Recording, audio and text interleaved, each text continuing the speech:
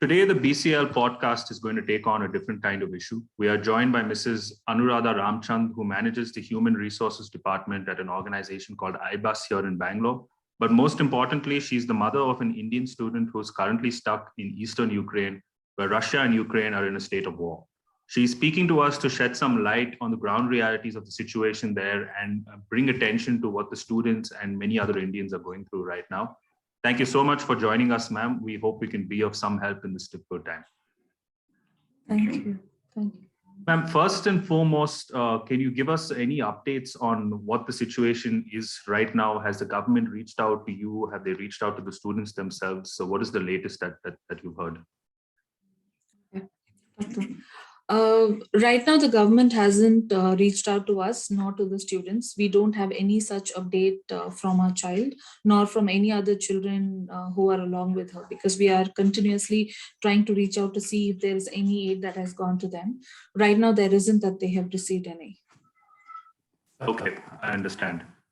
You mentioned earlier when we spoke on the phone that the students are stuck in the eastern part of Ukraine, where evacuation is currently not feasible. You also said that the corporations have stepped in to help their employees who are stuck there also. We need to bring attention to the fact that the corporations must also coordinate with the government because there are students stuck there. Is there anything you would like to say about this?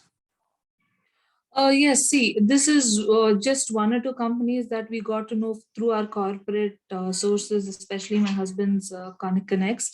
But the point is there is such a possibility, though evacuation is not an immediate thing, but probably giving them habitable environment is probably a possible thing for the government.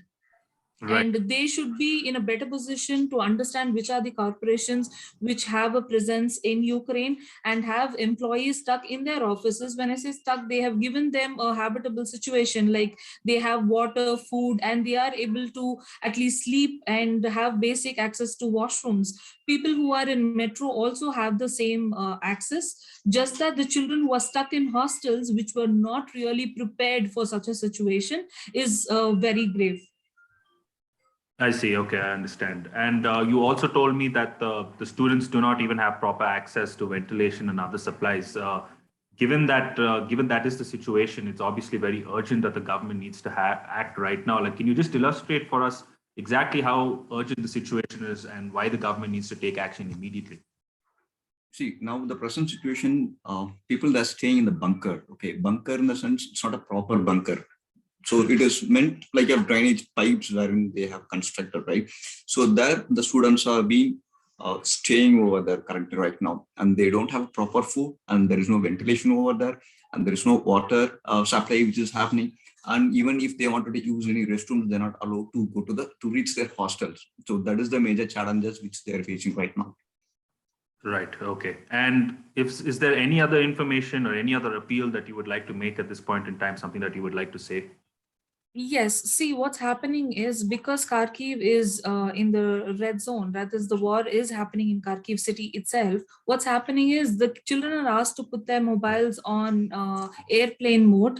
So we are also unable to get in touch with them, and we don't know every minute whether the child is alive and on airplane. So we are not able to reach, or is there any other thing happening? Every minute is killing us basically. So that scare is worse, and the child also doesn't know what's happening around them, right? Children, they don't know how to respond. They just wait for help, and they've been waiting for help for the past more than 48 hours. Nothing has happened. I would never blame the university, because the university at least has ensured that they are safe, they are alive, and staying somewhere. But if you see, there are bunkers around wherever they are, and there are possibility of supplies available in those bunkers. Ukraine is never a country which has never seen war in the past, and they know how to cope with such situations in worst case scenarios. So they have a lot of bunkers in the country, and supply is available.